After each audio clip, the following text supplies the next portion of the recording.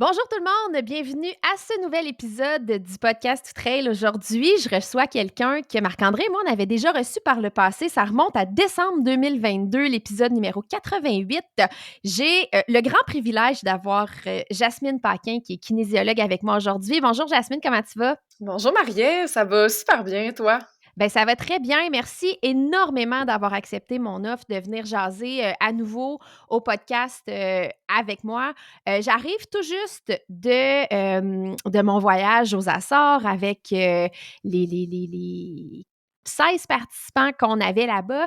Puis, en jasant avec plusieurs des participantes, parce que c'est un peu pour ça qu'on se parle aujourd'hui, euh, ben, je me suis rendu compte qu'il y avait un réel problème de connaissance au niveau, de tout ce qui entourait la périménopause puis la ménopause, parce que ça peut arriver quand même tôt dans la vie, puis, les gens qui sont autour de moi sont rendus là, on dirait. Fait que je trouvais ça intéressant qu'on en parle ensemble parce que toi, c'est ton champ d'expertise directement. Tu as fait ta maîtrise puis ton doctorat sur la ménopause. Mhm. Ouais, ben effectivement, moi comme kinésiologue, j'ai fait une spécialité en physiologie de l'exercice et mon sujet de doctorat en fait concernait de doctorat et de maîtrise, comme tu as dit en intro, là, concernait les femmes ménopausées. Fait que comment, tu sais, plus concrètement, là, mon doctorat, je me suis intéressée à comment on peut ajuster les recommandations d'exercice pour tenir compte des changements biologiques qui surviennent avec la ménopause.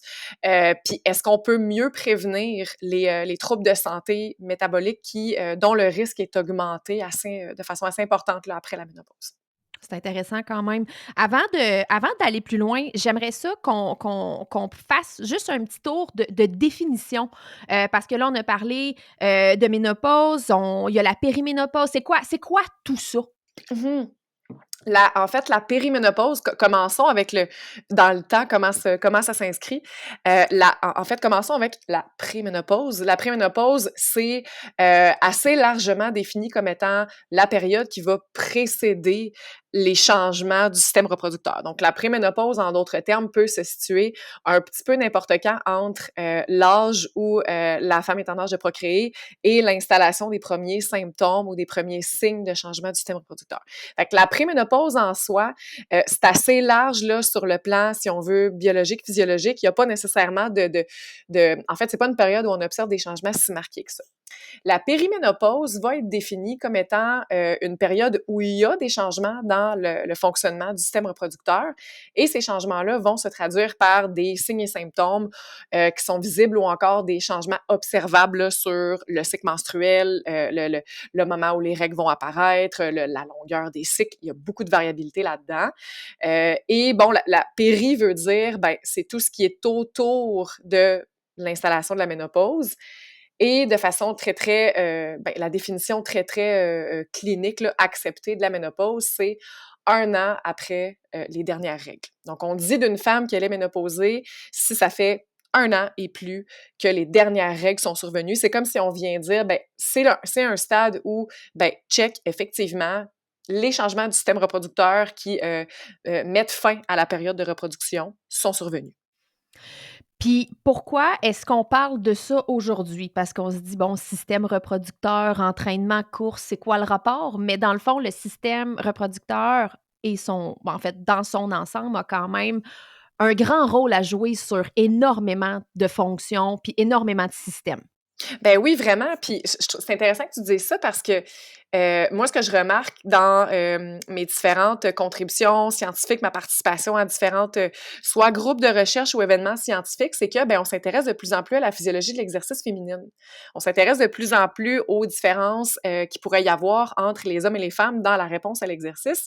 Puis la majorité de ces différences-là sont en raison des différences dans le système reproducteur. Hein. Les hormones sont pas les mêmes, sont pas dans les mêmes concentrations, varient pas de la même façon, etc. Et donc, ça, c'est un premier point d'importance. Après ça, ben, je pense qu'on s'intéresse à ça parce que ce que j'ai lu là, de ta situation quand tu me parlais que tes participantes avaient beaucoup de questions, par exemple, ben, c'est que les symptômes de la ménopause vont amener des changements dans euh, la réponse à l'exercice, dans le bien-être au quotidien, peut-être même dans la façon dont physiquement et psychologiquement on va se présenter à l'entraînement. parce que c'est des symptômes qui peuvent être, assez, je veux pas trop parler à travers mon chapeau parce que j'ai pas l'âge d'être ménopausée là, mais c'est des symptômes qui peuvent être assez sévères et parfois même assez invalidants à certains instants. Tout ça étant extrêmement variable d'une personne à l'autre, mais règle générale, on le sait que ça va affecter, autant la réponse à l'exercice que la capacité à faire, l'exercice ou l'activité physique qu'on choisit de faire à ce moment-là. OK. Puis là, tu dis: «Tu es trop jeune», mais dans le fond, c'est quand ça? Mmh. L'âge moyen de la ménopause, c'est 52 ans et là, je te parle du moment où, tu sais, Un an après l'arrêt des menstruations. exactement. Ça, c'est l'âge moyen. Fait que ça veut dire qu'il y a énormément de variabilité autour, de cet âge-là et la préménopause ou la périménopause peut commencer plusieurs années avant ça. Il y a des gens pour qui la période, de changement dans le système reproducteur va durer plus longtemps et pour d'autres personnes, ça va être plus court. On peut parler de quelque chose comme 5 à 7 ans avant la ménopause, hein, quand qu'on va voir les premiers changements. Pour d'autres personnes, ça peut être 2 à 3 ans. Fait qu'il y a énormément de variabilité d'une personne à l'autre.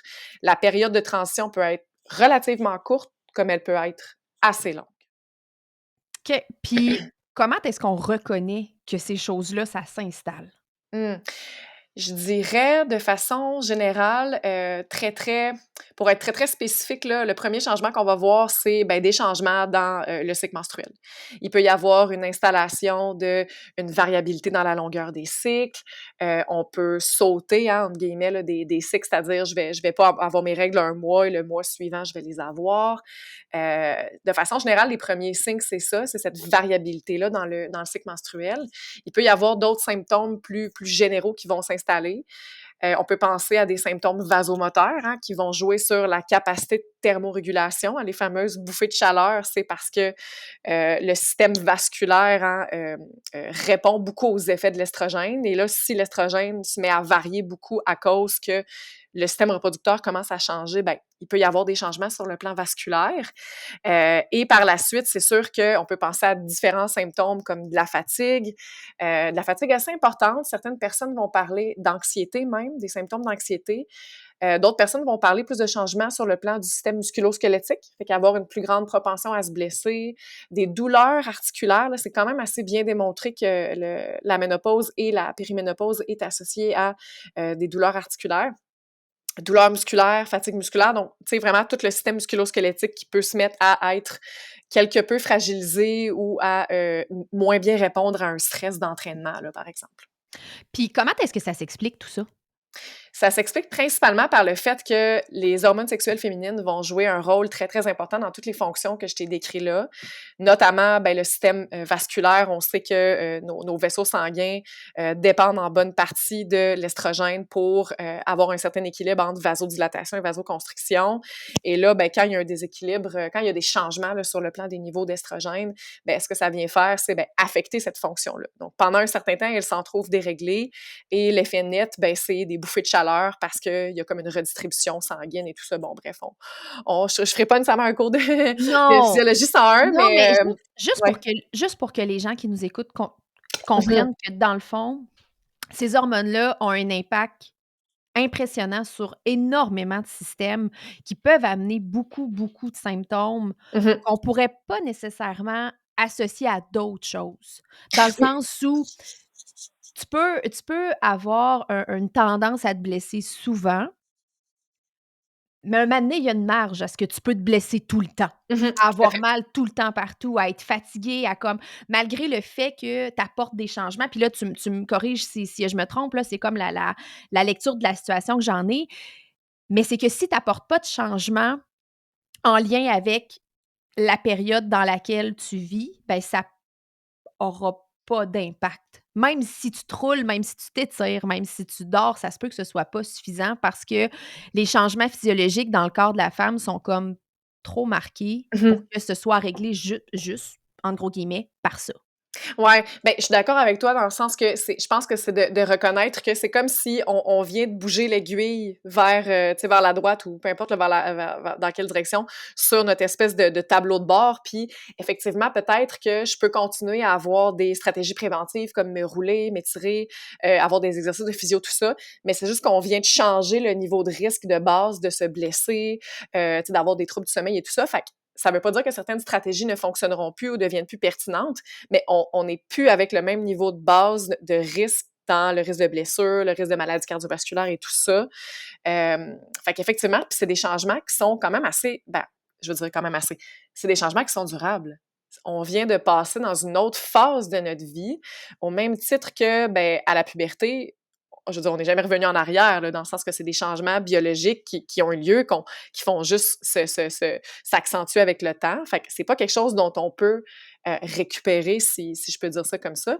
Puis peut-être pour poursuivre sur les effets, justement, là, tu sais, je pense que nous, dans le cadre de ce qui nous intéresse, activité physique, course à pied, ben, l'estrogène va avoir un effet très important ben, avant la ménopause, sur tout ce qui est santé osseuse, santé articulaire. Fait que tout ce qui est fracture de stress, troubles musculo-squelettiques, ça va devenir de façon générale plus fréquent après la ménopause parce qu'on perd un petit peu l'effet que l'estrogène avait sur l'intégrité de ces tissus-là, finalement. Puis c'est un peu le même principe que ceux qui vont souffrir de RED-S au, final. Tu sais, c'est comme si tu te mets Mhm. dans cette situation-là parce que dans le fond, tu produis plus ton estrogène. Ouais. Ben, je pense qu'il y a beaucoup de parallèles à faire entre, l'effet de la ménopause puis l'effet du RED-S. Là où, je tracerais peut-être la ligne entre les 2, c'est que la ménopause, c'est un processus biologique normal dont notre corps s'en va là de toute façon. Le RED-S, c'est une condition, Un peu moins. ben, c'est ça que j'oserais dire médicale, là, tu sais, c'est une Mmh mh. condition où il y a un stress physiologique qui est pas supposé être là, puis qui est dû à un déficit énergétique. Fait que le corps est dans une posture où il se trouve des mécanismes de compensation et à un moment donné, il est plus en mesure de compenser, alors que la ménopause, ben, il y a rien à compenser, c'est le processus biologique normal. Fait que je dirais qu'il y a certains parallèles à établir entre les 2, mais vraiment la distinction, c'est que l'un est normal, l'autre l'est pas, là. Je comprends effectivement. Puis est-ce que, ça c'est la question qui tue. Est-ce qu'on en revient? Dans le sens où non, les changements sont persistants comme tu l'as si bien expliqué avec le parallèle avec la puberté, mais est-ce que y a-t-il une lumière au bout de ce tunnel-là ou? Ben absolument. Moi, je travaille avec des femmes, par exemple, là, dans mon projet de recherche de doc, on a travaillé avec des femmes qui étaient ménopausées depuis, tu sais, un certain temps, là, qui étaient, dans la soixantaine, parfois même, dans 70 ans et plus. Et on voit des améliorations sur la condition physique, on voit des améliorations sur la force musculaire, tout ça, malgré, tu sais, tous les changements que je t'ai décrits. Fait qu'il y a ça veut pas dire qu'il y a aucune possibilité de s'améliorer, qu'il y a aucune possibilité d'accomplir ses objectifs. Je pense que c'est de savoir qu'au moment où les changements vont survenir, ça se peut qu'il y ait certaines difficultés associées à ça, mais l'important, je trouve, dans ce discours-là, c'est de normaliser. Parce que c'est pas ça peut je pense que ça peut être tentant à certains moments, quand on vit des symptômes très forts, là, autant physiques que psychologiques, d'avoir l'impression que c'est de notre faute, tu sais, d'avoir l'impression que crime, je me désaméliore, tout ça.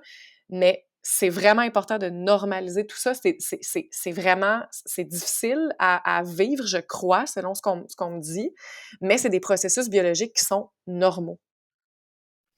Fait qu'il faut comme arriver à vivre avec, puis à construire autour de qu'est-ce qu'on vit et non pas essayer de le combattre au final.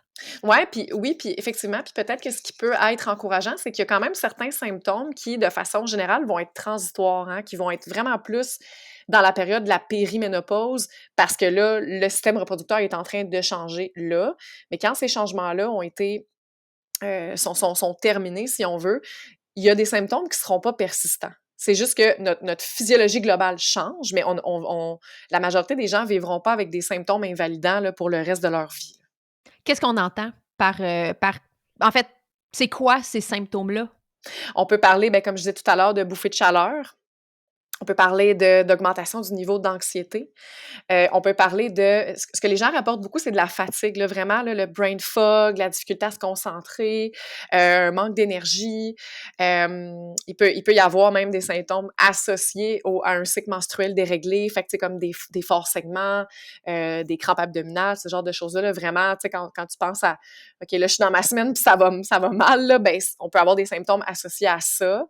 Puis je dirais que le risque de blessure et de troubles musculo-squelettiques de façon générale, ça va s'installer plus lentement.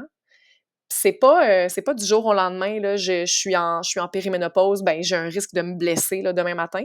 C'est vraiment plus des changements graduels qui vont, qui vont s'installer avec l'âge, je dirais.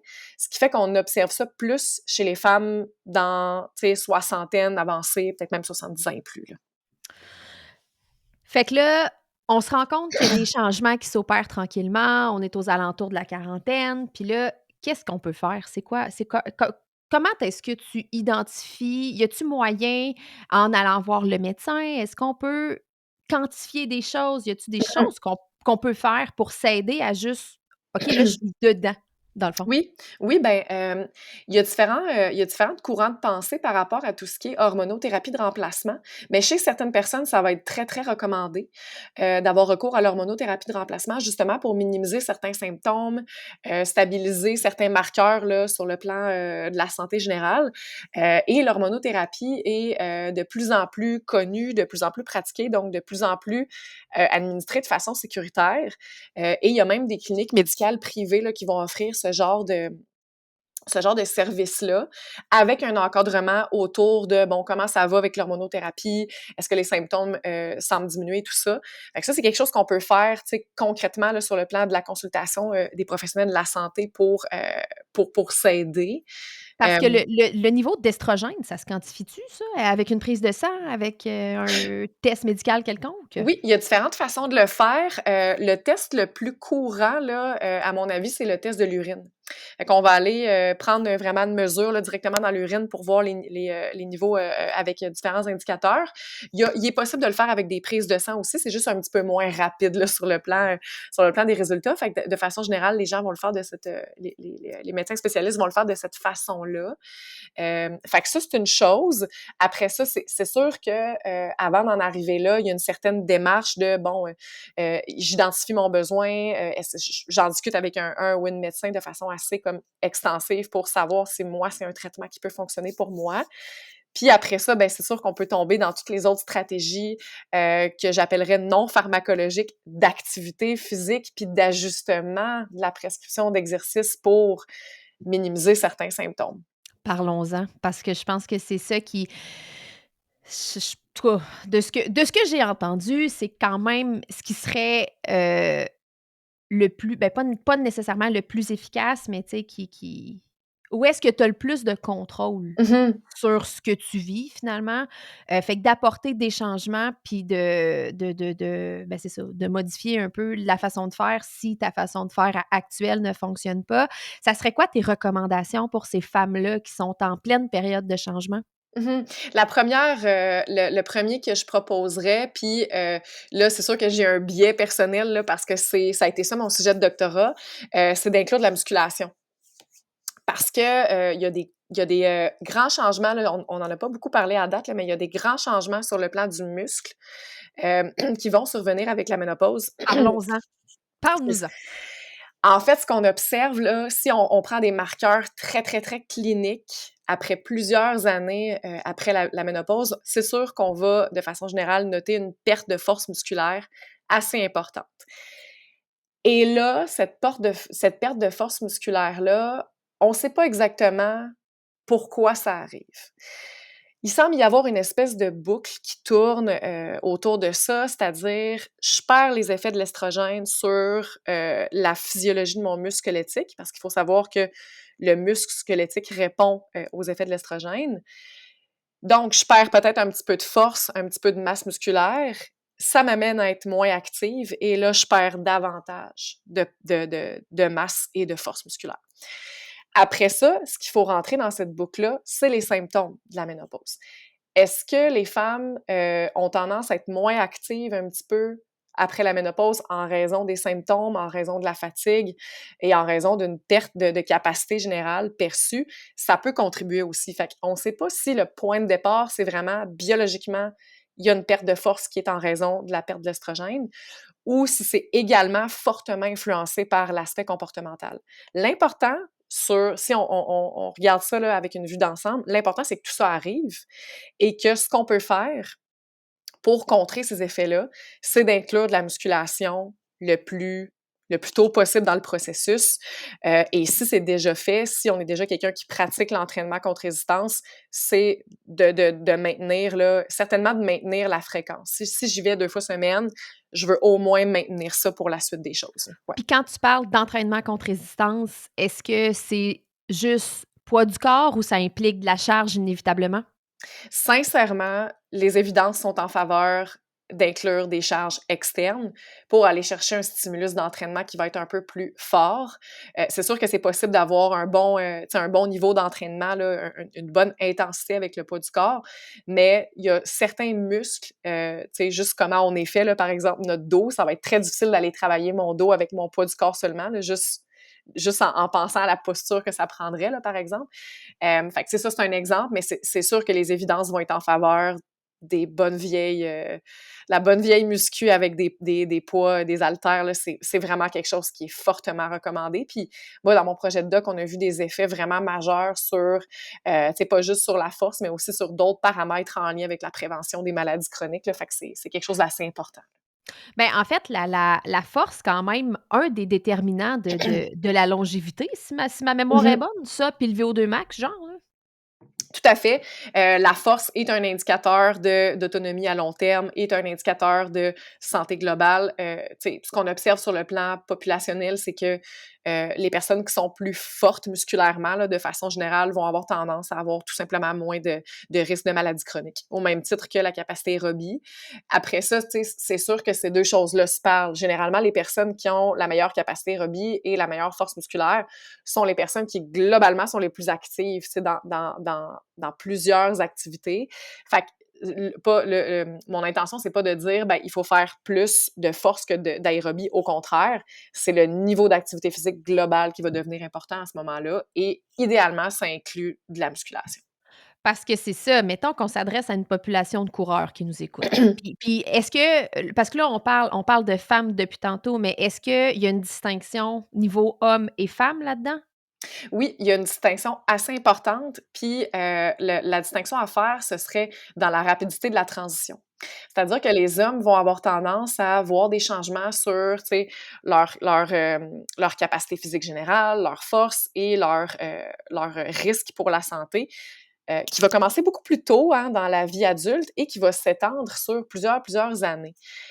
Nous, les femmes, on vit une transition sur le plan biologique avec la ménopause qui est relativement drastique dans le sens où sur toute la vie, c'est une période qui est courte. Même si on a des changements pendant plusieurs années avant la ménopause, là, ça reste que c'est vraiment court. Et là où ça m'amène à dire, c'est que, ben, pour un même âge, après la ménopause, homme versus femme, ben, les femmes ont vécu une transition tellement drastique sur le plan biologique que leur niveau de risque, la présentation clinique là, en termes de niveau de risque pour la santé, là, il va être très, très, très différente. Fait que deux personnes, hommes et femmes d'un même âge, si on évalue leur risque, par exemple de diabète de type 2, ben, malheureusement, souvent les femmes, à cause de la ménopause, vont avoir accumulé plus de facteurs de risque en une plus courte période de temps.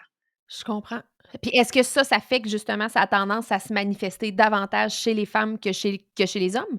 Je dirais que non, parce que les hommes, ça reste que leur risque commence plus tôt. Donc, c'est comme si au cours de la vie, ils ont un petit peu, entre guillemets, là, plus de temps pour développer le diagnostic, alors que les femmes, ça va être très, très, très drastique de Je façon comprends. générale après la ménopause. Ouais. Je comprends. Fait que ça pourrait venir juste plus tard dans la vie d'une femme versus dans la vie d'un homme, ou est-ce que ça pourrait être un peu à n'importe quel moment, là?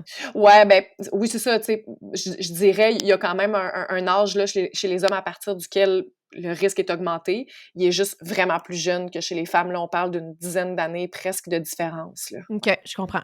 Est-ce que, est-ce que les hommes, ils vivent un genre de ménopause Ouais, ish?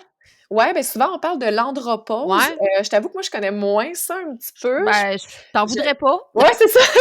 Je me suis intéressée surtout aux femmes pendant mes études graduées, mais je pense que le point de l'andropause, c'est qu'il y a également des changements, là, bien sûr, sur le système reproducteur qui surviennent, mais c'est beaucoup plus graduel, ça se passe sur une plus longue période. Les symptômes sont probablement très différents aussi, là. Est-ce que les hormones masculines ont les mêmes impacts sur la fonction que les hormones féminines? Ouais, ben, je dirais que de façon globale, on pourrait dire que oui, hein. Par exemple, la testostérone et l'estrogène sont toutes les 2 des hormones qui sont associées à, le maintien de la force musculaire, le maintien de la fonction musculaire de façon générale.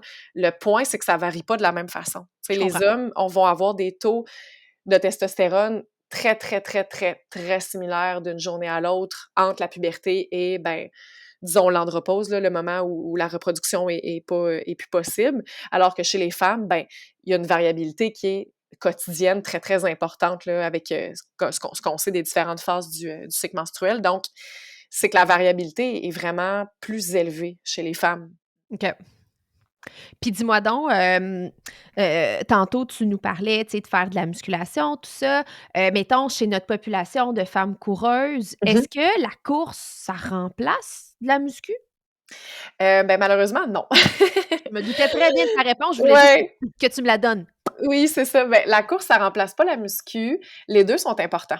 Ouais. On n'était pas, j'étais pas rendue là on s'est pas rendu là dans ma réponse, tout à l'heure, mais tu sais, j'ai parlé de la muscu comme étant vraiment une stratégie de prévention, tu sais, sur le plan des blessures, sur le plan de la santé musculo-squelettique et tout ça.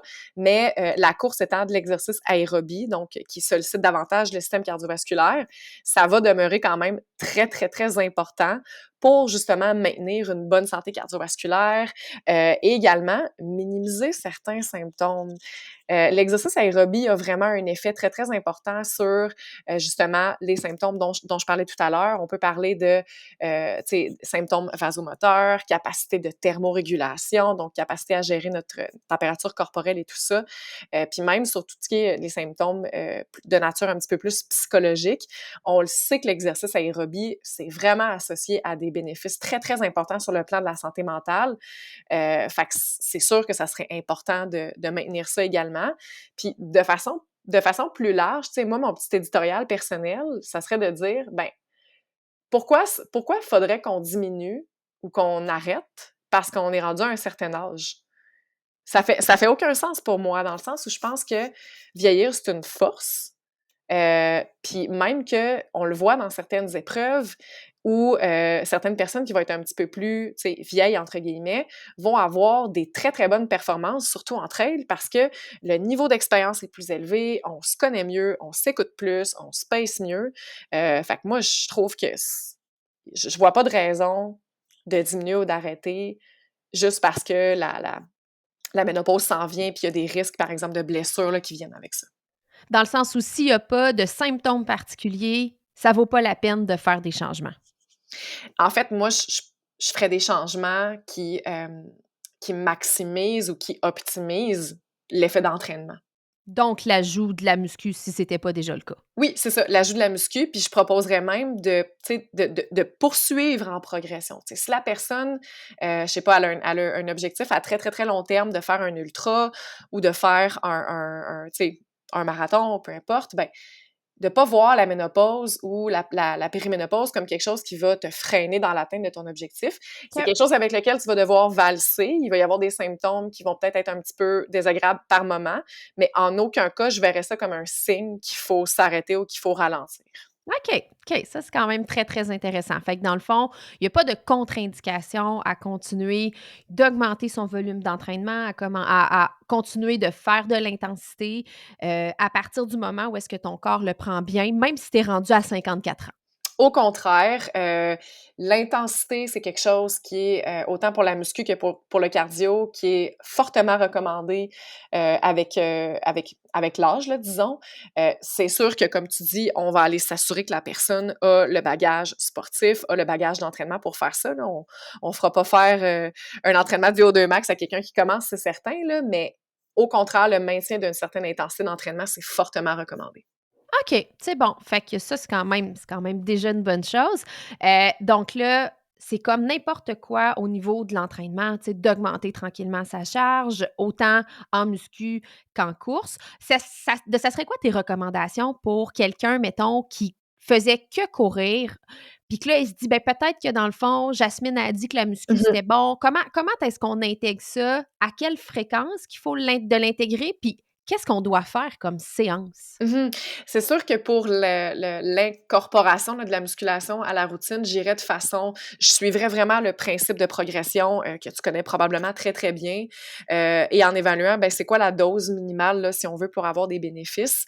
Pour quelqu'un qui en a jamais fait ou qui en a fait très, très, très, très peu, là, dans les années précédentes, je pense que de commencer par une fois par semaine, voir comment ça se passe, ça peut être très, très bien comme point de départ. Rapidement, par contre, on va vouloir y aller peut-être à 2 fois. La recommandation générale, c'est un minimum de 2 fois, là, vraiment, si on regarde là, les grandes lignes directrices là, des institutions savantes en physiologie de l'exercice, on va dire, la recommandation, c'est 2 fois semaine à minimum. Fait que c'est sûr qu'on veut viser on veut viser ce minimum-là. Après ça, pour ce qui est des modalités, ben là, on peut jouer avec les préférences de la personne. Justement, les institutions savantes vont recommander, hein, le fameux 3 fois 8 à 12 répétitions, 8 exercices et tout ça. Moi, ce que j'ai vu dans mes études doctorales, c'est qu'on peut se permettre d'être beaucoup plus créatif que ça.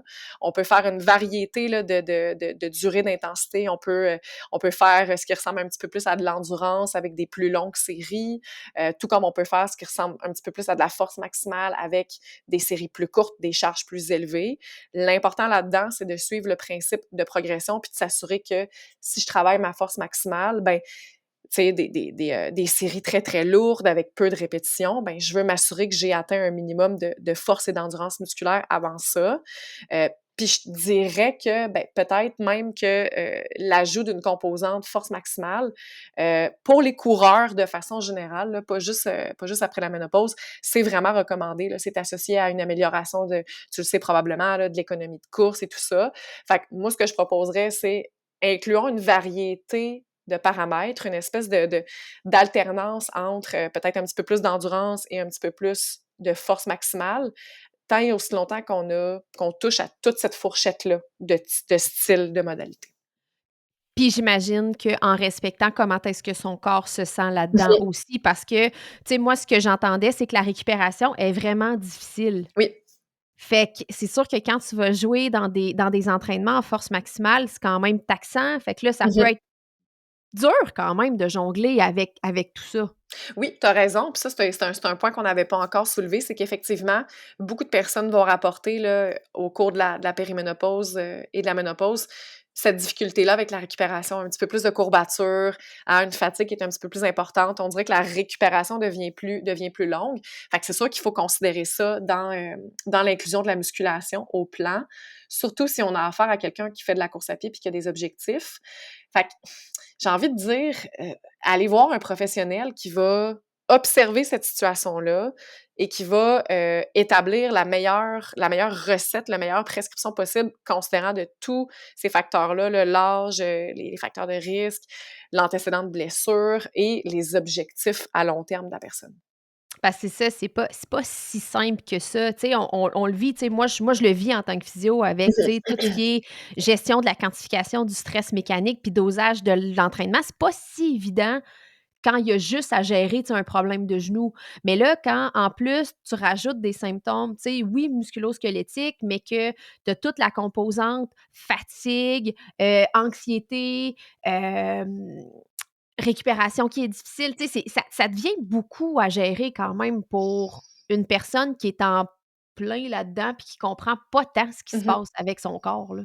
Ben, tu as complètement raison, puis je pense que ce que tu me décris par rapport à probablement ce que tes participantes vivent, ben, ça justifie l'intervention multidisciplinaire, tu sais, autant sur le plan, tu sais, d'avoir une kinésiologue ou un kinésiologue, d'avoir une physio ou un physio, puis d'avoir une petite équipe autour de soi qui est capable de collectivement proposer la meilleure recette possible pour que la personne atteigne ses objectifs tout en respectant ses contraintes, à court et à long terme.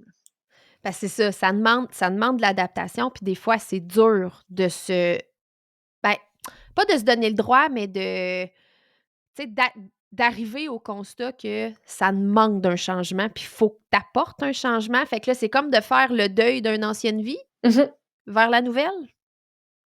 De Ben pas, ben oui, vraiment, vraiment. Puis, tu sais, c'est normal que ce soit difficile de constater ces changements-là quand ça fait, je sais pas, 15 ou 20 ans qu'on a à peu près la même, tu sais, globalement le même régime d'entraînement, qu'on est capable de toujours à peu près prendre le même, tu sais, stress physiologique, mécanique, puis que là, du jour au lendemain ou tu sais, en quelques mois ou quelques années à peine, parce tout que ça ça peut s'opérer change. quand même assez rapidement, là. Oui, complètement. Surtout si les symptômes invalidants apparaissent de façon drastique. Tu sais, il y a certaines personnes qui vraiment, là, ça va se vivre de façon très, très intense, là, tout ce qui est justement fatigue, difficulté à récupérer. Fait que ça peut être très, très, très, très, très déstabilisant. Puis moi, je trouve que on n'a pas assez le discours, on parle pas assez de ça. Non, c'est ça. On C'est parle pour ça pas de qu'on s'en parle. oui, c'est ça, exact. Ben, c'est pour ça qu'on enregistre le podcast, ce matin, c'est qu'il faut qu'on moi, je me rappellerai toujours, là, j'ai une participante de recherche à mon projet. Il y a toujours une période au début où on leur explique, bon, pourquoi on fait ce projet-là? C'est quoi la portée sociale et tout ça? Et elle m'a répondu, ah ben oui, nous, on est les grandes oubliées. Fait que les femmes ménopausées le savent qu'elles ne sont pas incluses dans les projets de recherche, qu'on s'intéresse pas à leurs conditions, qu'on n'offre pas de solution. Tu sais, elles s'en rendent compte. Fait que moi, je pense qu'il est temps que ça arrête, puis il est temps que les professionnels de la santé s'intéressent à ce que 50 de la population va vivre pour 40 de ses années de vie. Hein? Parce que si on calcule là, avec l'espérance de vie, là, si la ménopause arrive à 52 ans, ben Ça c'est proche ressemble de à ça, hein? c'est près de 40 de ta vie pour 50 de la population. Fait que je vois pas de raison qu'on s'intéresse pas à ça, là. Ben, puis je pense qu'il y en a beaucoup qui le vivent avec comme, tu sais, je vais rencontrer mon médecin de famille parce que je vis des choses, puis le médecin de famille est comme: «Parfait, v'là des hormones». Mmh. Mais il y a pas juste ça. Non, pas du tout. Il y a tout le volet, justement, intervention non pharmacologique avec l'activité physique, avec les habitudes de vie et tout ça.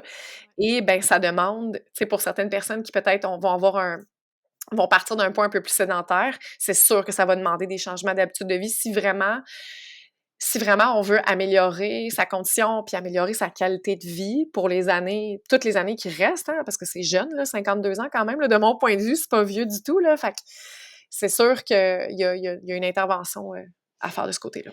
Ben, puis il y a l'aspect inverse aussi, tu sais, oui, de partir de sédentaire à là, tu dois changer tes habitudes de vie pour être plus actif, mais il y a le fait d'être très, très, très en forme, puis tout à coup, tu l'es plus. Mhm. Ouais. Fait que ça aussi, ça doit demander ben, en fait, c'est parce que j'en ai autour de moi qui vivent ça, puis qui trouvent ça excessivement difficile Mhm. Ouais. d'avoir à gérer ça, puis de voir c'est ça, comme je disais tantôt, tu sais, de faire le deuil un peu de la vie d'avant, tu sais, puis de se Ouais. dire que, ben, là, ça sera plus ça, ça va être d'autres choses. Mais est-ce que tu penses qu'il y a moyen quand même de garder, tu sais, un niveau d'entraînement élevé, de garder un niveau de forme assez élevé pour dire que tu gardes tes mêmes performances qu'antérieurement, même si tu as un changement dans tes habitudes d'entraînement? Mhm. Moi, je suis convaincue que oui. Parce que je crois en la force d'une bonne prescription d'entraînement, d'une bonne progression et tout ça. Je pense que là où il y a peut-être plus un deuil à faire, c'est celui des PR à chaque année. Ça, c'est peut-être un petit peu plus rare avec l'âge, mais moi, j'en vois des gens là, qui vraiment, à un âge assez avancé, maintiennent leur performance, maintiennent tu sais, leur temps, par exemple, là, pour parler très, très concrètement. Puis ce qu'ils ont accepté, ces gens-là, c'est ils ont fait le deuil d'une amélioration qui serait comme très constante à chaque année, tout le temps mieux, tout le temps mieux. Puis c'est sûr qu'aussi à cet âge-là, ben, il faut pas non plus négliger qu'il y a d'autres contraintes de vie personnelle qui peuvent entrer en ligne de compte, tu sais.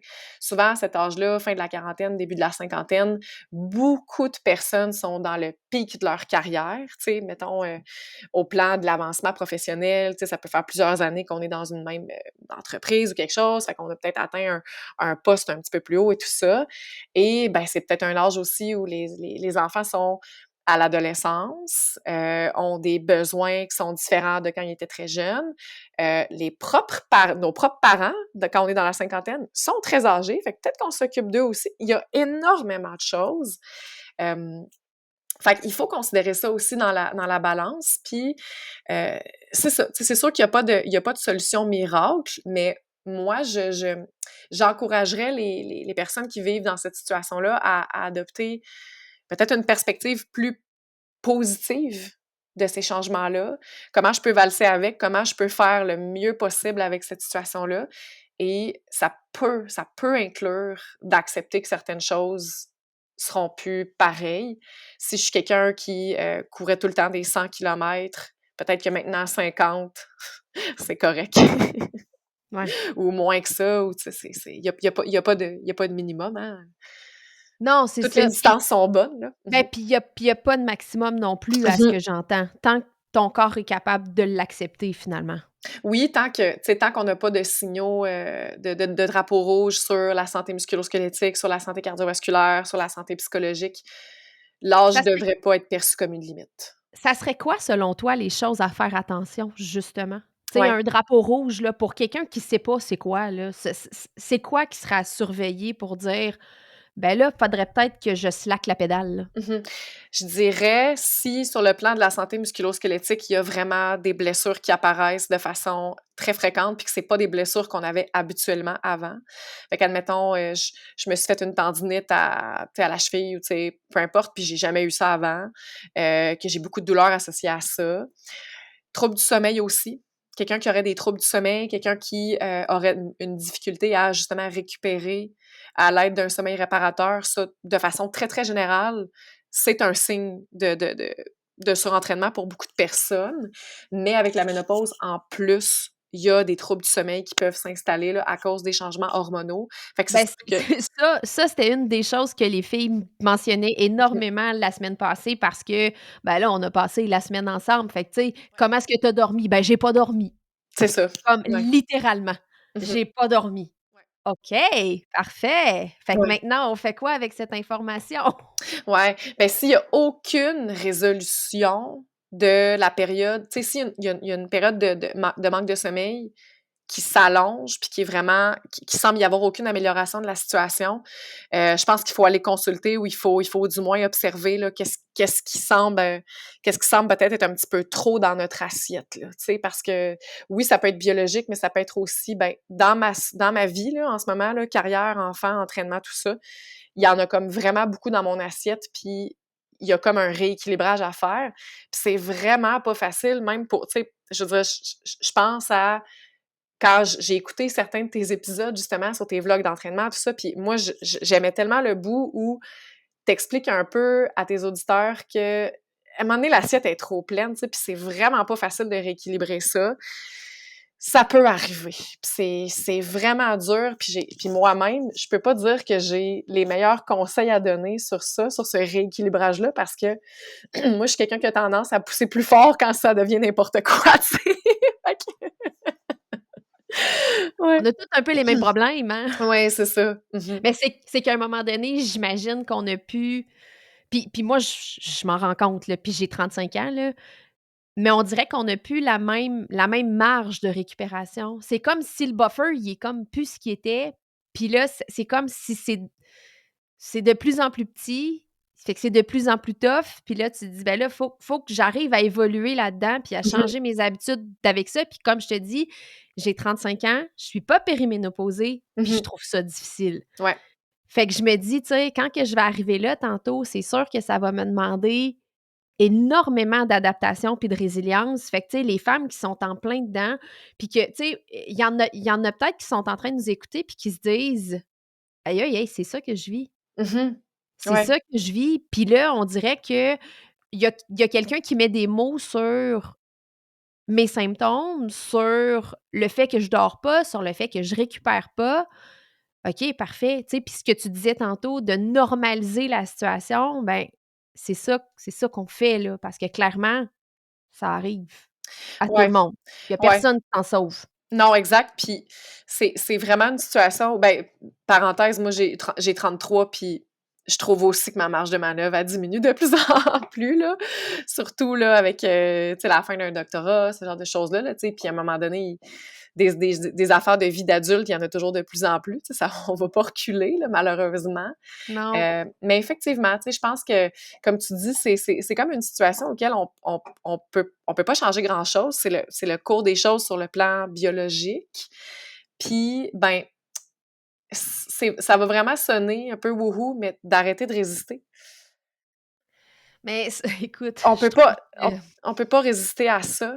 Tu sais, la base de changer une situation, c'est de commencer par l'accepter. C'est pas on peut pas changer nécessairement la situation, on peut changer comment on vit à travers cette situation-là, comment on la perçoit, puis est-ce qu'on choisit d'agir là-dessus. Mais la base, la première étape, c'est d'accepter ce qui se passe, d'en parler avec d'autres femmes, de pas être gêné, de le dire. Hey, tu dors-tu? Non. Moi, toi, non. Tu sais. De pas faire comme si ça n'existait pas, puis que c'était tabou, puis informer les autres. Tu sais.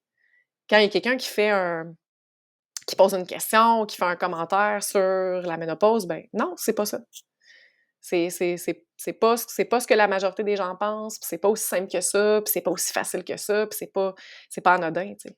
ben, puis c'est pas juste avoir des bouffées de chaleur non plus. Vraiment pas.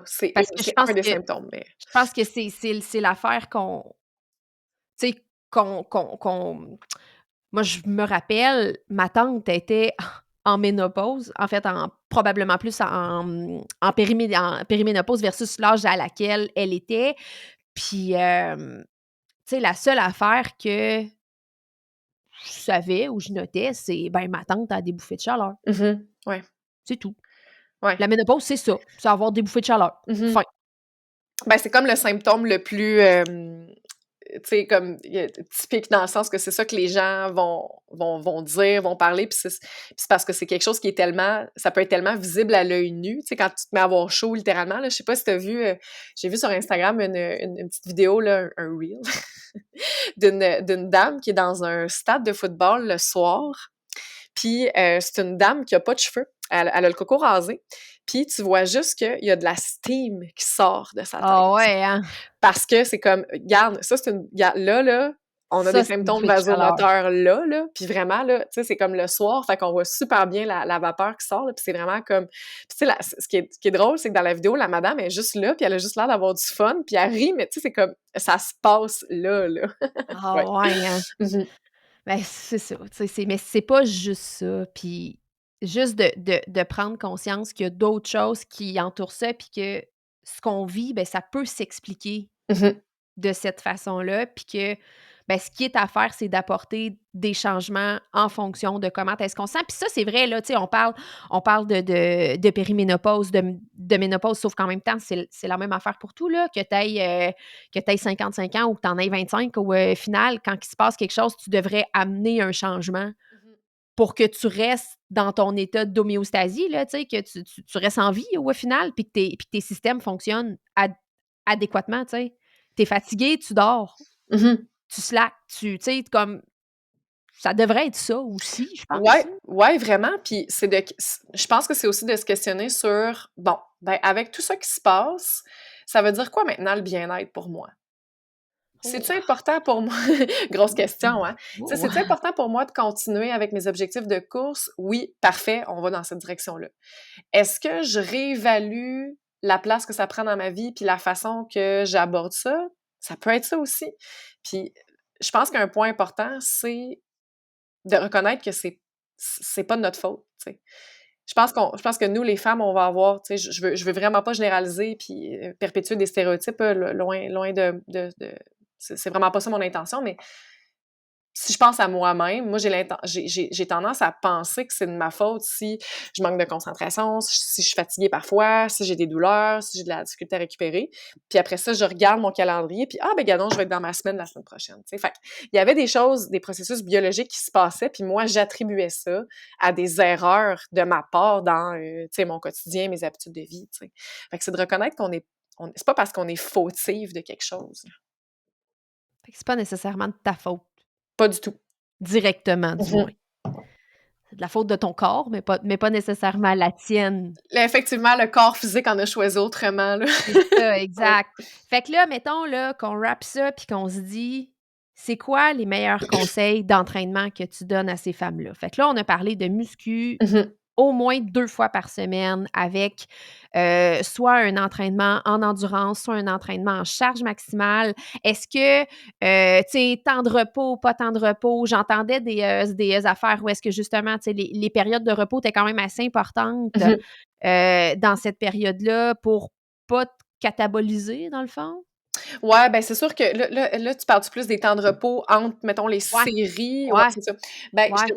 ben, tu sais, le principe, je te dirais très général, c'est que plus je vais faire une intensité élevée, donc des charges très élevées, plus je vais avoir besoin d'un temps de repos important entre mes séries. Fait que, tu sais, si, mettons, je fais du 3 fois 6 répétitions maximales, je peux prendre 2 à 3 minutes entre mes séries versus si je fais du 15 à 20, j'ai peut-être besoin de moins de repos parce que l'intensité que je suis allée chercher était moins élevée là, par défaut nécessairement là, dans mes séries. Puis après ça, je te dirais, moi, j'établirais un plan clair là, avec une ou un kinésiologue là, pour vraiment avoir quelque chose qui est ajusté à moi. Puis on n'a pas parlé de tout ce qui pourrait être spécifique à l'individu. Là, est-ce qu'il y a une faiblesse musculaire à quelque part? Est-ce que il y a vraiment des qualités physiques spécifiques à aller travailler pour une épreuve en particulier? Fait que moi, j'irais vraiment cibler un plan précis. Puis comme tu l'as dit très bien, là, viser un 2 fois semaine, là, c'est vraiment les recommandations là, pour cette population-là. Là. Puis est-ce que d'un point de vue entraînement, plus, course, il y aurait comme une limite que tu serais portée à mettre ou pas vraiment? De façon générale, je dirais non. Ça serait la même limite que pour la population générale, c'est-à-dire que ça peut arriver que trop ce soit comme pas assez, tu sais, c'est possible de trop en faire, mais c'est pas la ménopause Oui, qui ouais, c'est ça, oui, mais beaucoup. c'est pas la ménopause en tant que telle qui va venir imposer ce risque cette limite-là. C'est vraiment plus que ça se peut qu'avec les symptômes, puis avec la fatigue et tout ça, la limite personnelle est changée, elle est diminuée, mais c'est pas pour une raison biologique à ce stade-ci. C'est juste parce que c'est ça. Exact. Mmh. Fait qu'il faut juste écouter comment est-ce qu'on se sent, Mmh. ajuster de jour en jour, puis un plan, c'est pas fait pour être respecté. Non, c'est ça. Ben, tu sais, Effectivement. moi je dis souvent ça aux, athlètes que je coach là, tu sais, le plan, c'est un canevas, puis Mmh après tu sais, tu l'adaptes, tu l'ajustes selon qu'est-ce que tu vis à travers tout ça. Puis je pense que ça peut devenir encore plus vrai quand on va avancer mh. en âge, puis qu'il va y avoir des changements biologiques qui vont s'opérer au niveau du corps.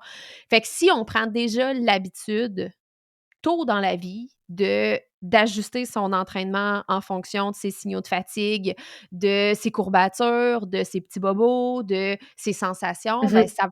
ça va faire que quand on va avancer, puis qu'on va être confronté à ces symptômes-là, ben ça va peut-être être un petit peu plus facile de l'accepter puis de continuer à ajuster ce qu'on fait dans son entraînement, mais sans nécessairement avoir à revoir ses objectifs nécessairement, Non, finalement. non, exact. Moi, je plaide vraiment pour qu'on voit pas la ménopause puis l'âge comme une limite. Puis en même temps, je plaide pour qu'on reconnaisse l'importance du changement que ça impose sur le plan psychologique et biologique. Fait que c'est vraiment cliché, mais c'est de trouver un équilibre là-dedans. J'adore pas le mot équilibre, mais c'est quand même ça. Tu sais, de savoir balancer, ben OK, c'est pas une limite qui est nécessairement imposée par un aspect biologique, physiologique, mais d'un autre côté, ça m'amène à vivre des choses qui sont difficiles à gérer sur le plan psychologique et physique. C'est où est-ce que moi je me situe là-dedans, puis c'est de regarder en dedans ce qui se passe, là. Vraiment, là.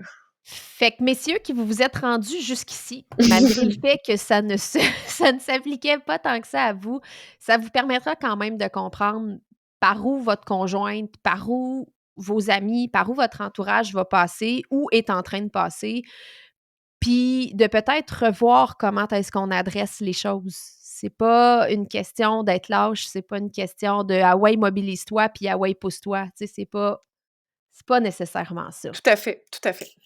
Fait que, voilà, écoute, à moins que tu aies quelque chose qu'on ait oublié, mais on a quand même fait, tu sais, un bon tour de roue de c'est quoi, comment, pourquoi, puis comment gérer.